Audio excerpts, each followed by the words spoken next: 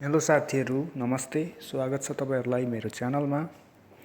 अनि आज म तपाईहरुलाई भन्न गइरहेको छु कुनै पनि मेसेन्जर, इन्स्टाग्राम, व्हाट्सएप या इमोको मेसेजहरु त्यो एप नखोलिकन या त्यो एपमा सिन नभइकन कसरी हेर्ने। त्यो भन्दा पहिला म रिक्वेस्ट गर्छु तपाईहरुलाई कि मेरो च्यानललाई सब्स्क्राइब गरिदिनु होला, किनकि म जहिले यस्तै भिडियोहरु लिएर आउने गर्छु। सबभन्दा पहिला तपाईहरुले प्ले स्टोरमा गएर अनसिन डाउनलोड गर्नुपर्ने हुन्छ। त्यसको लिंक म डिस्क्रिप्सनमा दिन्छु। त्यसलाई ओपन गर्नुहोस्। ओपन गरेपछि तपाईले यहाँनेरि देख्न सक्नुहुन्छ व्हाट्सएप, फेसबुक, अनसिन्टिङ भनेर। यहाँ मेसेन्जरमा मेरो कुनै पनि मेसेज आएको छैन अहिले। व्हाट्सएपमा यति दुईटा देख्न सक्नुहुन्छ, इमोमा पनि मेसेज छैन।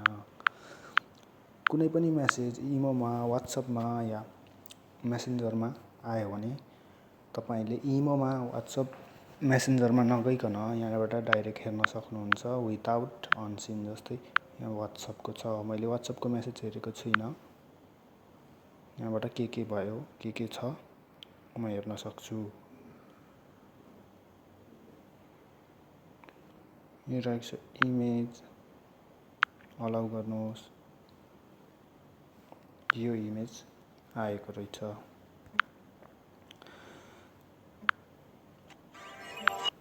अब यसलाई सेटिङमा जानुभयो भने तपाईले messenger, WhatsApp, Viber, Telegram, Instagram, line सबै सेलेक्ट गर्न सक्नुहुन्छ।